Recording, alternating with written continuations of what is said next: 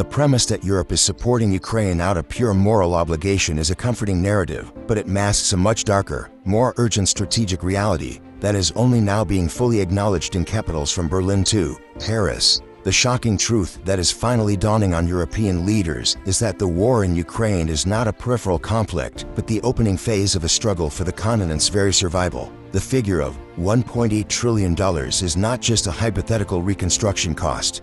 It represents the staggering financial black hole that a Russian victory, or even a frozen conflict, would create for the European economy over the next decade. This is the cost of permanent instability, of a militarized border stretching from the Baltic to the Black Sea, of millions of refugees who can never return home, and of the constantly looming threat of a wider war. The calculus has shifted from how much can we afford to help Ukraine to can we afford not to. This realization is being driven by the undeniable evidence of Russia's own military degradation. The images of shocking tank losses, where Russia's most advanced armor is shown to be finished on the battlefield, are not just propaganda, they are proof that the Russian military machine is breakable. The Kremlin's humiliating reliance on North Korea for ammunition, which has led to a massive Korean ammo disaster with reports of faulty shells destroying Russian artillery pieces, exposes a fundamental weakness in their industrial base. A nuclear-armed state that cannot produce its own basic munitions is a terrifying, unpredictable entity, but it is not an invincible one.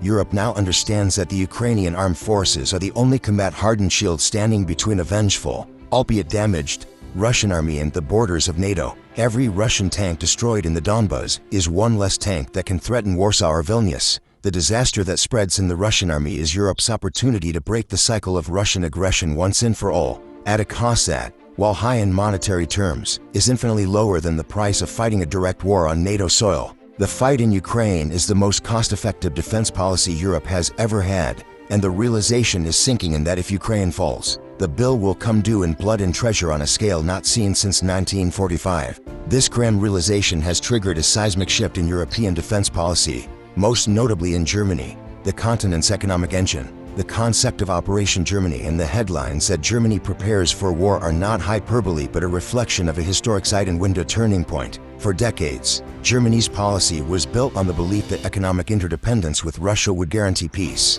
That illusion lies shattered in the ruins of Mariupol. Now, we are witnessing a rapid and unprecedented rearmament. The imagery of German Leopard 2 tanks being visually represented as arrows moving east towards the Russian border is a powerful symbol of this new reality. Germany is transforming itself into the logistical and military hub of NATO's eastern defense, a role it shied away from for 70 years. This is not an act of aggression, but a necessary posture of deterrence. The reports of 800,000 NATO troops on Russia's doorstep are a direct response to the threat emanating from Moscow. This massive mobilization is designed to send an unambiguous message to Vladimir Putin.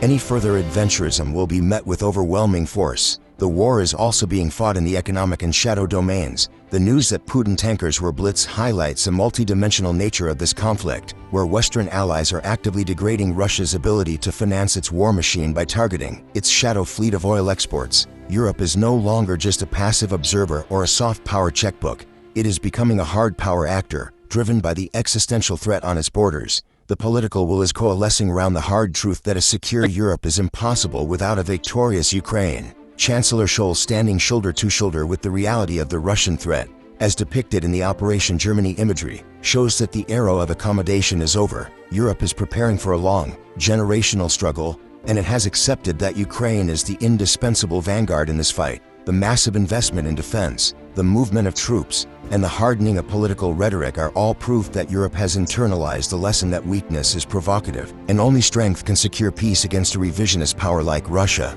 Ultimately, the convergence of Russia's military failures and Europe's strategic awakening points to a singular, terrifying, yet necessary conclusion: the necessity of a decisive Russian defeat. The graphic projecting the end of Russia, showing a fractured map with fault lines spreading across its vast territory and fires burning in its core, alongside a deeply worried Vladimir Putin, is a stark visualization of the stakes. A negotiated ceasefire that leaves Russia in possession of Ukrainian territory would not be peace. It would be a strategic pause. It would allow Moscow to rebuild its shattered army, learn from its mistakes, and prepare for the next phase of its imperial restoration project. A Russia that is not defeated is a Russia that will attack again. Therefore, Europe needs Ukraine not just to survive, but to win. A victory that liberates Ukraine's territory and cripples the Russian military's offensive potential is the only outcome that provides long-term security for the continent. This is not about regime change in Moscow, which is beyond the West's control and could lead to unpredictable chaos, as hinted at by the end of Russia imagery. It is about shattering the Kremlin's belief that it can use military force to redraw borders in Europe. The collapse of the Russian army in Ukraine would lead to a period of profound internal reckoning within Russia, potentially breaking the cycle of autocracy and aggression that has plagued its history. It is a dangerous path, fraught with the risks of escalation and instability, but the alternative of perpetual war on Europe's frontier, with the constantly rearming and vengeful Russia, is far worse. The $1.8 trillion cost of failure is a burden Europe cannot bear. Therefore, the only pragmatic, cost-effective, and morally defensible strategy is to provide Ukraine with everything it needs to finish the job. Ukraine's victory is not just an act of justice for the Ukrainian people. It is the essential prerequisite for a Europe whole, free, and at peace. The continent has finally realized that its own fate is inextricably linked to the outcome of the battles being fought in the trenches of the Donbas, and it is acting on that realization with a result that has surprised both its friends and its enemies.